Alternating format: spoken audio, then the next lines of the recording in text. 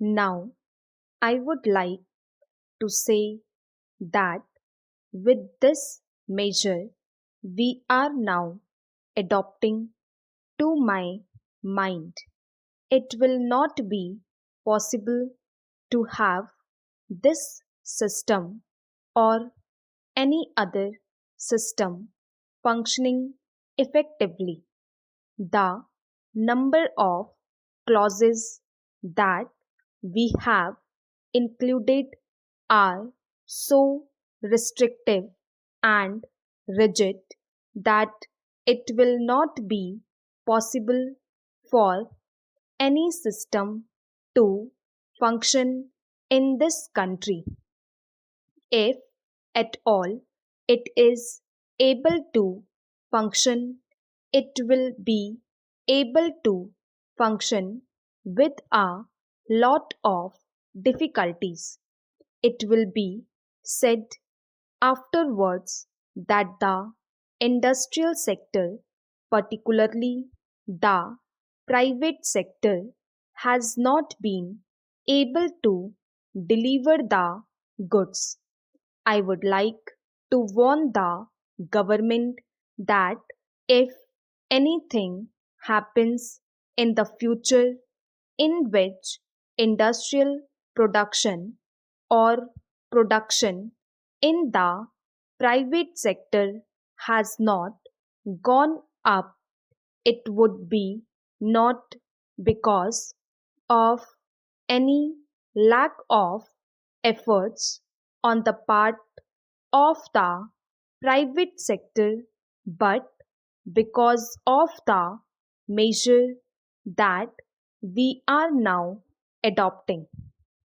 I have mentioned several times how this particular bill is very restrictive and how it will hamper the normal growth of companies in this country.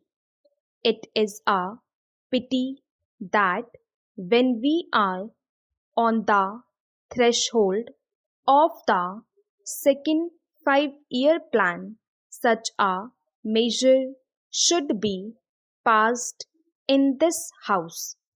I would now like to make a few observations about the speeches of some of the honorable members here. Shri Ashoka Mehta justifies the restrictions on managing agents by saying that managing agents are no longer the main source of finance.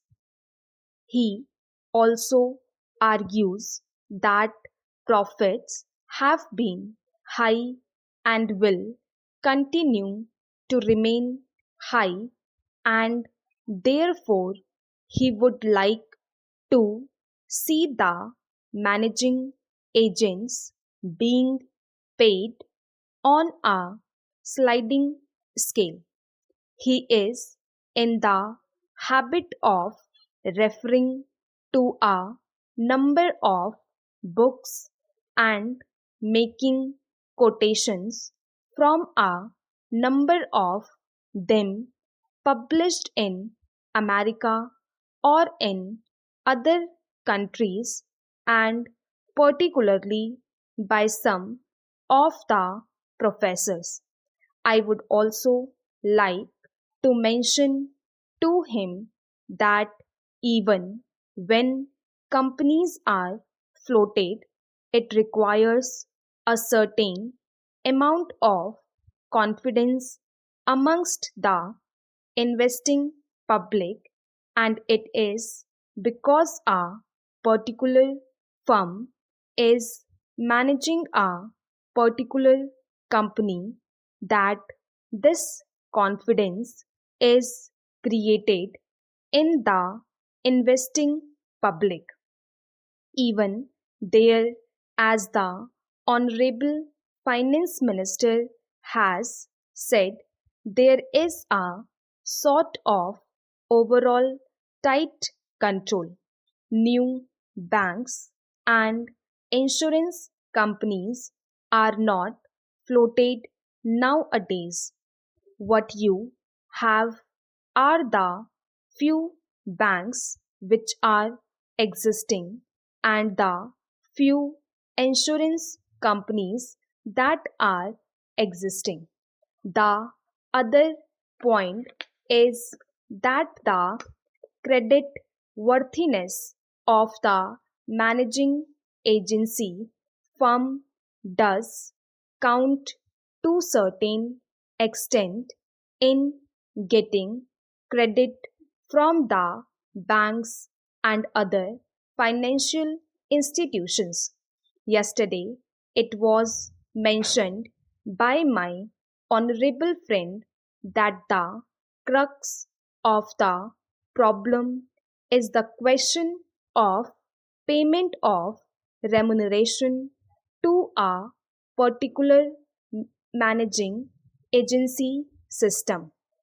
He said that in this bill, a definite encouragement has been given to the alternative type of management, namely the managing director or the manager, where an individual has been permitted to take 5%, while in the case of the managing agency, it has been permitted to take about 10%. I would like to point out to him that it is not merely the question of remuneration which will decide the alternative type of management.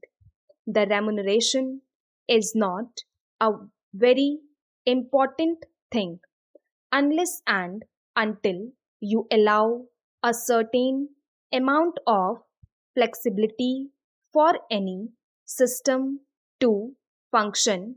It will not be possible to evolve any other system to take the place of the managing agency system. In spite of so many cycles, you may find that those few business houses which are carrying on now may have to carry on the present basis.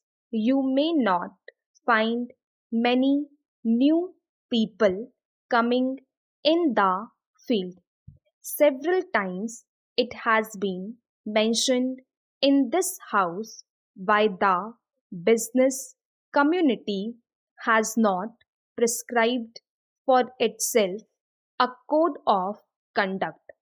In this connection, I would like to point out that a degree or diploma is essential for the profession, and in case of violation of the code, sanction should be provided by it to prevent a person from practicing the profession.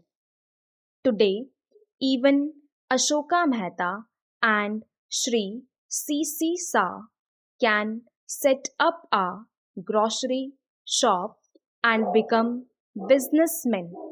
Nobody lays down any condition for starting business, and nobody can prevent others from continuing it.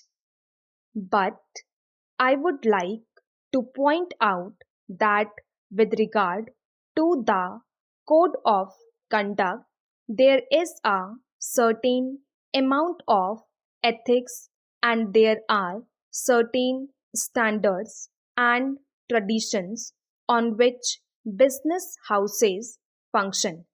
If a particular firm has not got proper ways of managing its business, you will find that that business house will find it difficult to function, and it would be difficult for it to command the confidence of the business community. It would not be possible for it to function as effectively as a firm which has proper ways of managing its business that is sufficient as a code of conduct.